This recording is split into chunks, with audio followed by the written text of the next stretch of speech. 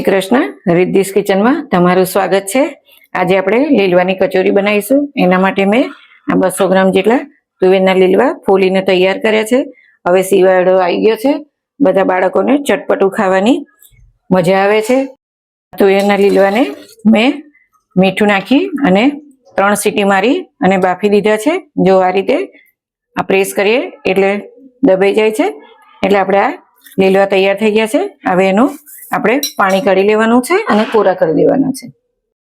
હવે આપણે લીલવાને એક કાણાવાળી ચાળણીમાં કાઢી અને પાણી નીતાળી લીધું છે. હવે એક પ્લેટમાં આપણે આ લીલવા લઈ લઈશું અને પાઉંભાજી મેસરથી એને આ રીતે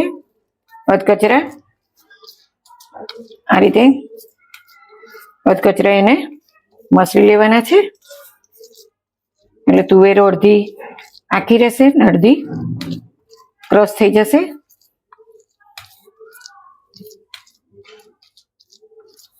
આ રીતે મેસરથી એને દબાવીને ક્રશ કરી લઈશું. હવે આપણી આ તુવેર કચોરી માટેની તૈયાર થઈ ગઈ છે.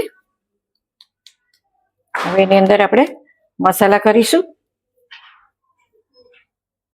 હવે આ લીલવાની અંદર આપણે મસાલો કરીશું. એમાં માપસર લાલ મરચું પાવડર, થોડી હળદર, અડધી ચમચી ધાણા જીરું પાવડર અને અડધી ચમચી ગરમ મસાલો નાખીશું. અને એની અંદર 2 થી 3 ચમચી આપણે કોથમીર નાખીશું. હવે આપણે ગેસ ચાલુ કરી વઘારિયાની અંદર 1 થી 2 ચમચી તેલ લેવાનું છે. તેલ થઈ જાય એટલે એની અંદર અડધી 1 ચમચી રાઈ નાખવાની છે. રાઈ તતડે એટલે એની અંદર આપણે થોડી હિંગ નાખીશું. ગેસ થોડો ધીમો રાખીશું. રાઈ તતડી જાય એટલે આપણે આ લસણ અને મરચાંની પેસ્ટ છે એની અંદર નાખી દઈશું. આ થોડું સંતળાઈ જાય એટલે ગેસ બંધ કરી દઈશું અને આ વઘાર આપણે આની અંદર આપણે નાખી દઈશું. એટલે આપણે લસણનો ટેસ્ટ કાચો ના લાગે. હવે આની અંદર આપણે ખાટી મીઠી થાય એટલે અડધી ચમચી જેટલી ખાંડ નાખીશું અને થોડો લીંબુનો રસ નાખીશું. હવે આને ઠંડુ થવા દેવાનું છે. ઠંડુ થાય પછી એને આપણે આ રીતે મિક્સ કરી દેવાનું છે. આની અંદર તમે મીઠું ફરી ચાખીને નાખી શકો છો. આપણું કચોરીનું પૂરણ તૈયાર થઈ ગયું છે.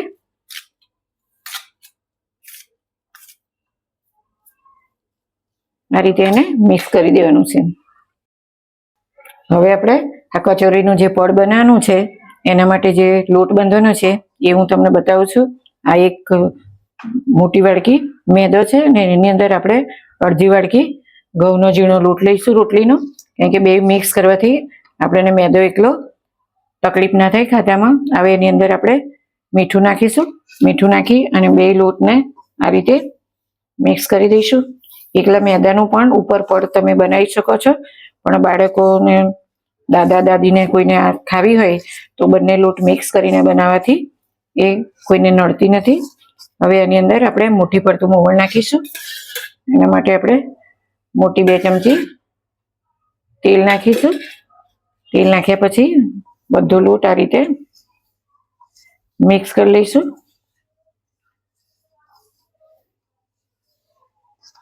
હવે મુઠ્ઠી પડતું મોવણ થઈ ગયું છે અને એને હવે પાણીથી ધીમે ધીમે પાણી નાખી અને લોટ મસળતા જઈશું.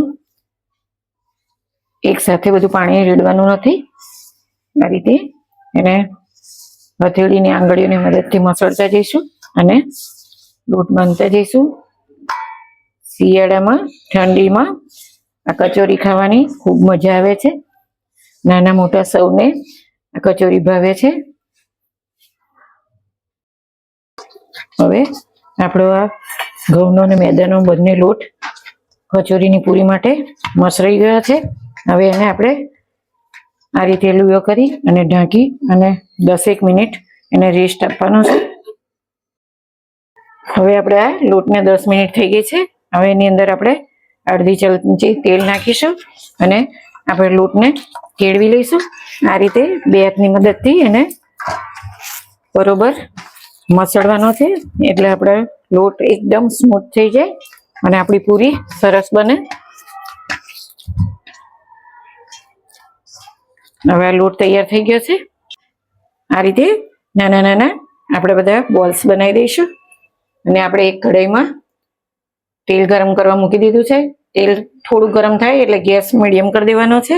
હવે આપણે એની પૂરી બનાવી દઈશું.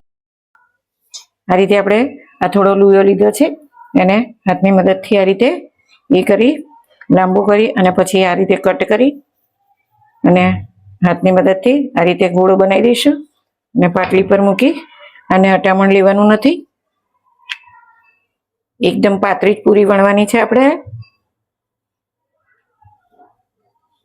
કચોરીનું પડ પાતળું જ હોય છે.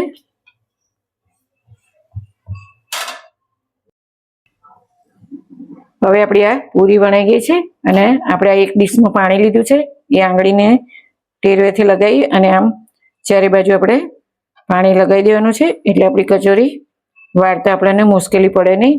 હવે આપણે આને હાથમાં લઈ લઈશું અને જે કાંઈ લુયો બનાવ્યો છે એ આની અંદર મૂકી દઈશું અને આ રીતે પછી ધીમે ધીમે બધી કચોરી વાળી દઈશું. આ ઉપરનો વધારાનો લોટ હોય એને આ રીતે કાઢી નાખવાનો છે અને આ રીતે પેક કરી દેવાનું છે. આપણી કચોરી બનીને તૈયાર થઈ ગઈ છે. એ રીતે આપણે બીજી પૂરી વણી લઈશું. તમારે જે રીતે તમે કચોરીનો માવાનો જે પૂરણ બનાવ્યું હોય એ રીતે પૂરી વણવાની છે.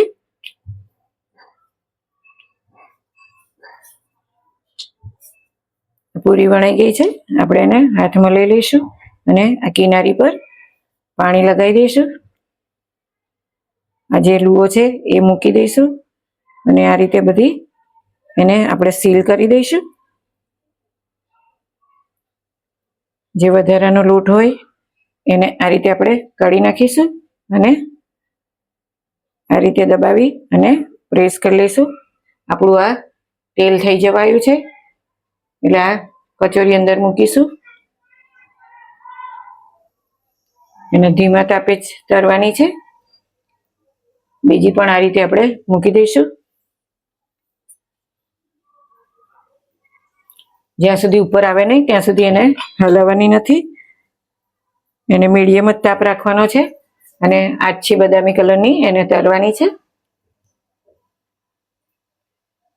હવે જો બબલ્સ થવા આવ્યા છે એટલે આપણી કચોરીનું પડ થઈ જવાયું છે. કચોરી જ્યારે તરો ત્યારે તમે તેલમાં જેટલી ડૂબે એ પ્રમાણે તેલ મૂકવાનું છે અને આ રીતે હલાવતા જવાનું છે અને ધીરા તાપે એને તરતું જવાનું છે.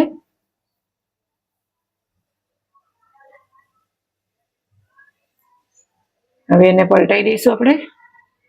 આ રીતે બદામી કલરની થાય છે. ધીરા તાપે ચડવા દેવાની છે એને, એટલે ઉપરનું જે મેદાનું પડ છે એ આપણું એકદમ ક્રિસ્પી બને. અંદરનો માવો તો આપણો બધો તૈયાર જ છે, જે બાફીને આપણે બનાવ્યો છે. હજી થોડી એને ક્રિસ્પી બનવા દેવાની છે. તમે એકલા મેદાની પૂરી પણ બનાવી શકો છો, પણ નાના બાળકોને એકલો મેદો સારો નહીં ખાવા માટે.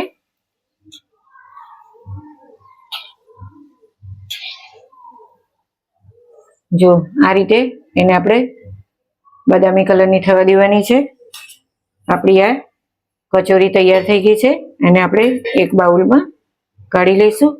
હવે બીજી કચોરી પણ એ જ રીતે આપણે બધી બનાવી દઈશું. હવે આપણે આ લીલવાની કચોરી જે આપણે બનાવી છે એ તળીને તૈયાર થઈ ગઈ છે. એને કેવી રીતે સર્વ કરવાની એ હું તમને બતાવું છું.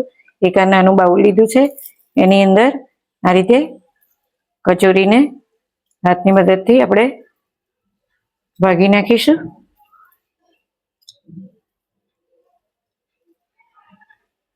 ફરી એની અંદર મેં એને સાથે ખાવા માટે લીલી ચટણી અને ગળી ચટણી કરી છે. એની અંદર આપણે એક ચમચી તમને જેવો ટેસ્ટ ગમે એ પ્રમાણે લીલી ચટણી નાખવાની છે અને આ ગળી ચટણી છે એ નાખવાની છે. આની અંદર ગળી ચટણીનો ખૂબ જ ટેસ્ટ સારો આવે છે. હવે આ ખાવા માટે તૈયાર થઈ ગઈ છે.